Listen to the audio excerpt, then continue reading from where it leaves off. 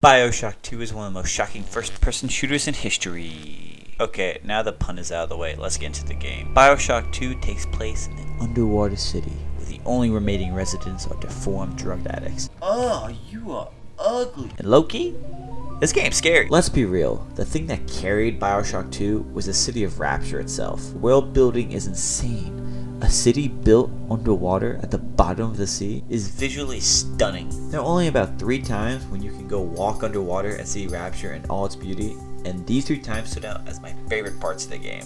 The combination of buildings that resemble the early 20th century architecture and the desolate halls and rooms within them make the player feel as if they're in a creepy parallel world. One of the things I enjoy about Bioshock 2 compared to other games is it doesn't pretend to be something it's not. Most games that have a creepy setting end up trying to make it more uplifting or happy.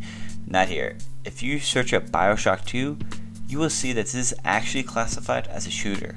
But this is wrong, and the reason is because most people are stupid. This is a horror game.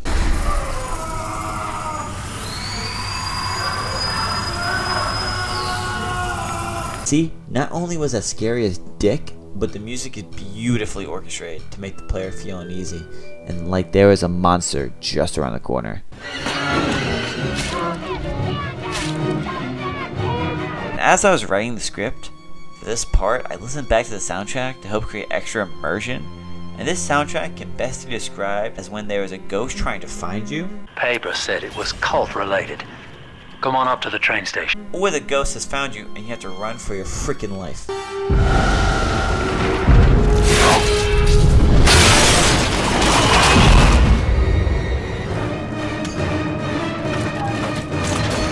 The constant tension music creates complements the already eerie, deserted feeling Rapture has. The enemies really drive home the horror factor for me. All the enemies are humanoid, and the humanoid makes people creeped out because of something called the uncanny valley, which is essentially when something looks human but isn't. This is seen most often in the fear of clowns, dolls, and mannequins. And in the case of Bioshock, everything is an uncanny valley. This guy looks like a human. This girl looks like a human. This guy climbing from the ceiling definitely looks like a human. Where the game starts to suffer is the combat. Bioshock 2 makes a common mistake with the difficulty. On easy mode, it feels like you are fighting a swarm of frogs, while in normal mode, it feels like you're fighting a bunch of rhinos.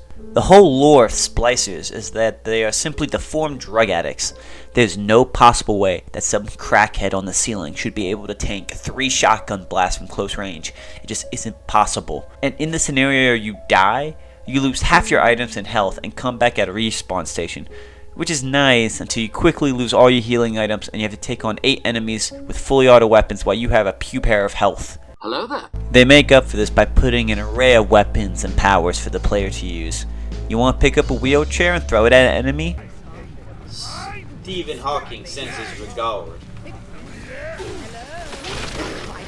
Easy. You want to have an enemy walk into a booby trap while you shoot him with an RPG? Done. You want to light someone on fire while smashing him at 30 miles per hour with a 3-foot power drill? Quite obtainable. The options you have for fighting enemies is incredibly diverse, and with each enemy having an exploitable weakness, constantly switching through weapons prevents one from being overused. My biggest knock on the game comes in the lore though.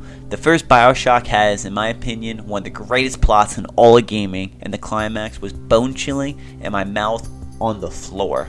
Oh man, this game is good. This game takes place 8 years after the events of Bioshock 1, and they both open similarly. The protagonist goes through some traumatic event and is thrown into Rapture with no knowledge of their well-being, just an objective from some third party that you have to follow blindly. The biggest difference between the two, Bioshock 2 doesn't create any intriguing enough story to really care about the decisions I'm making or why I'm motivated to make them. The main antagonist tells the citizens of Rapture to attack you because you are trying to reclaim your daughter.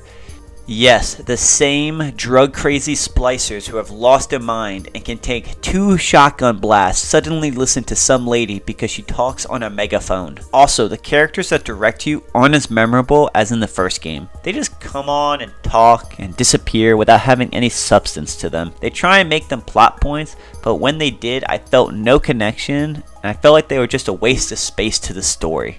The peak of this game is when the big sisters come. They are scary, nimble, strong, and magical. First time a big sister came, The screen shook from her, and the music was so ominous, I actually tried to hide. 7.3 out of 10.